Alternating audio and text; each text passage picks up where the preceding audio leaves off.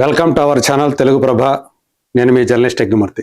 The Raja Saab సంక్రాంతికి వచ్చినటువంటి cinema. ఆ సీజన్లో అన్నిటి సినిమాల కంటే కూడా మొదటగా జనవరి 9వ తేదీ రిలీజ్ అయినటువంటి సినిమా.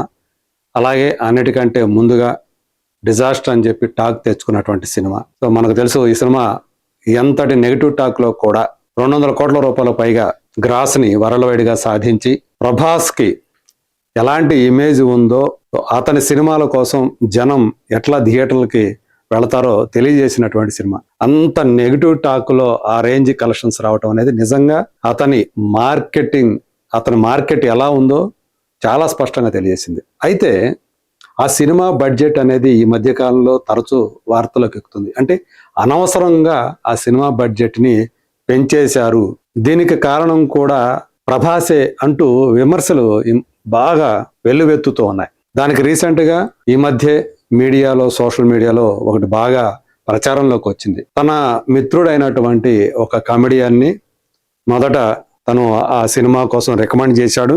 తనతో కొన్ని సీన్లు, అతని కాంబినేషన్లో కొన్ని సీన్లు చేసిన తర్వాత ఆ కమెడియన్కి ప్రభాస్కి మధ్య టర్మ్స్ చెడిపోయాయి. దాంతో ఆ సీన్లన్నిటిని కూడా తీసేసి వేరే యాక్టర్ని పెట్టి చేయమని చెప్పేసి ప్రభాస్ చెప్పడంతో ఇంకొక కమెడియన్ని తీసుకొచ్చి సీన్లు తీశారు.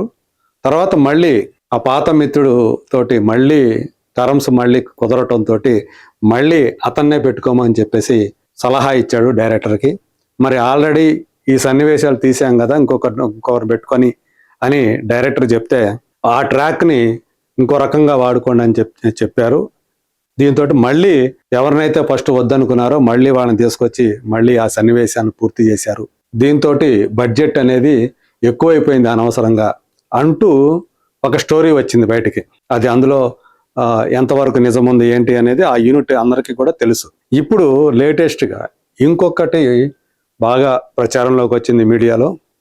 అదేమిటంటే, సోషల్ మీడియాలో కూడా ఇప్పుడు బాగా అది దాని గురించినటువంటి చర్చ జరుగుతూ ఉంది.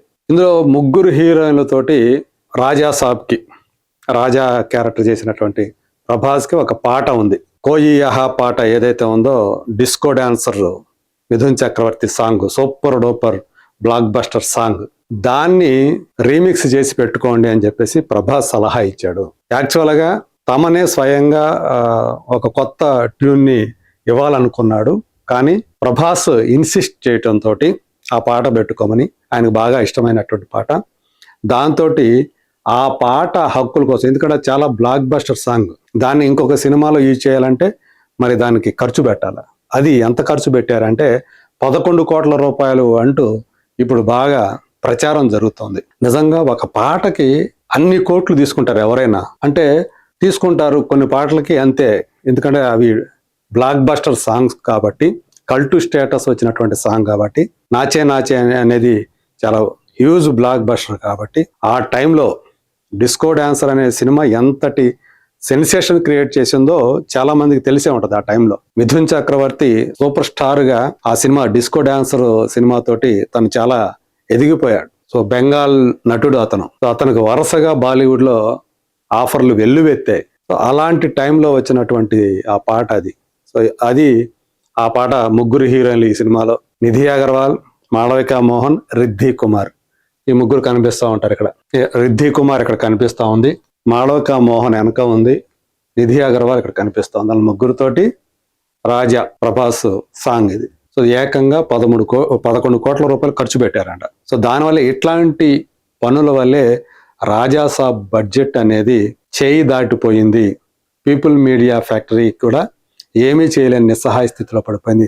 ఇలాంటి అనేక ఇవి కేవలం 2 ఉదంతాలు మాత్రమే, ఇలాంటి మరికొన్ని కూడా ఉన్నాయి అంటూ ఇప్పుడు సోషల్ మీడియాలో ఆ ప్రచారం అయితే జరుగుతూ ఉంది. ఏదైనా ఇలాంటివి జరగకూడదు. ప్రభాస్ నుంచి మనం ఇలాంటి అసలు ఎక్స్పెక్ట్ చేయము అసలు మామూలుగా. కానీ ఈ సినిమాకి ఎందుకనో మరి ఇలాంటివన్నీ కూడా జరిగాయి అని చెప్పి చెప్తున్నారు. మిగతా ఎక్కడ కూడా ప్రభాస్ వల్ల ఇలాంటి జరిగినాయి లేదా మేము నష్టపోయామని చెప్పేసి ఎవరు కూడా ఇంతవరకు నోరు విప్పి చెప్పిన వాళ్ళు లేరు. నేను కూడా ఫస్ట్ టైం వింటున్నా ప్రభాస్ ఇలా చేశాడని. నేను కూడా ఆశ్చర్యపోతున్నా. అంతకుముందు అయితే మారుతే స్వయంగా చెప్పాడు, బాడీ డబ్బులు ఉపయోగించి కొన్ని చేయాల్సి వచ్చింది, ఎందుకు హీరోని కష్టపెట్టడం ఎందుకు అని చెప్పి డైరెక్టరే స్వయంగా చెప్పడం వల్ల. అంతకుముందు ఒక స్పెక్యులేషన్ మాత్రంగా ఉండేది. అందులో డూప్ను పెట్టి యాక్షన్ సీన్లు చేశారంట అని, ఇదంతా వత్తది, కావాలని కల్పిస్తున్నటువంటి ప్రచారం అని చెప్పి కొంతమంది కొట్టివేస్తూ వచ్చారు. కానీ మారుతే స్వయంగా ఆ మాట చెప్పిన తర్వాత ఇంకేముంది తేలిపోయినట్టే కదా. అంటే ప్రభాస్ ఇక్కడ లేని టైంలో, తను ఎక్కడో ఇటలీలోనో ఇంకొక చోట ఎక్కడో ఉన్న టైంలో ఆయన బాడీ డబుల్ను ఉపయోగించి ఒక ఫైట్ మొత్తాన్ని తీశారని చెప్పేసి బాగా ప్రాచుర్యంలోకి వచ్చింది. ఇండస్ట్రీ సర్కిల్స్లో బాగా నలిగింది అది. ఈవెన్ అది తర్వాత ప్రభాస్ చూసి అంతగా నచ్చకపోతే మళ్ళీ రీషూట్ చేశారని కూడా ప్రచారం జరిగింది. సో ఇలాంటి వాటి వల్ల బడ్జెట్ అనేది పెరిగిపోయింది అని చెప్పేసి చెప్తూ ఉన్నారు. సో ఇప్పుడు ఏదైతే ఈ ఒక పాట కోసం, ఆ పాట చిత్రీకరణకే అంత అవదే, కేవలం రైట్స్ కోసం, ఒక పాట రైట్స్ కోసం అంత పెట్టాల్సినటువంటి అవసరం ఏంటి అని చెప్పి ఇప్పుడు అందరూ కూడా ప్రశ్నలు సంధిస్తున్నారు. ఈ మధ్యకాలంలో మనం చూస్తే ఈవెన్ మనశంకర వరప్రసాద్ గారిలో కూడా పాత పాటలకు సంబంధించి ఆ బిట్లు కనిపిస్తాయి. దానికి కూడా వాళ్ళు ₹1,00,00,000 పైగా ఖర్చు పెట్టారని చెప్పేసి చెప్తున్నారు. కొన్ని బిట్లు పాత సినిమా పాటల బిట్స్ కోసం. అట్లా చాలా ఇప్పుడు అదే జరిగింది. భర్త మహాశైలకు విజ్ఞప్తిలో కూడా అదే తరహాలో మనకు పాత పాటలు కనిపిస్తాయి. ఇప్పుడు అదొక ట్రెండ్గా మారింది. కానీ ఈ రేంజ్లో ఖర్చు పెట్టే స్థాయిలో మాత్రం ఎప్పుడు జరగలేదు. ఇది నిజమైతే గనక, నిజం కాకుండా ఉంటే బాగుండు అని కూడా అనిపిస్తూ ఉంది.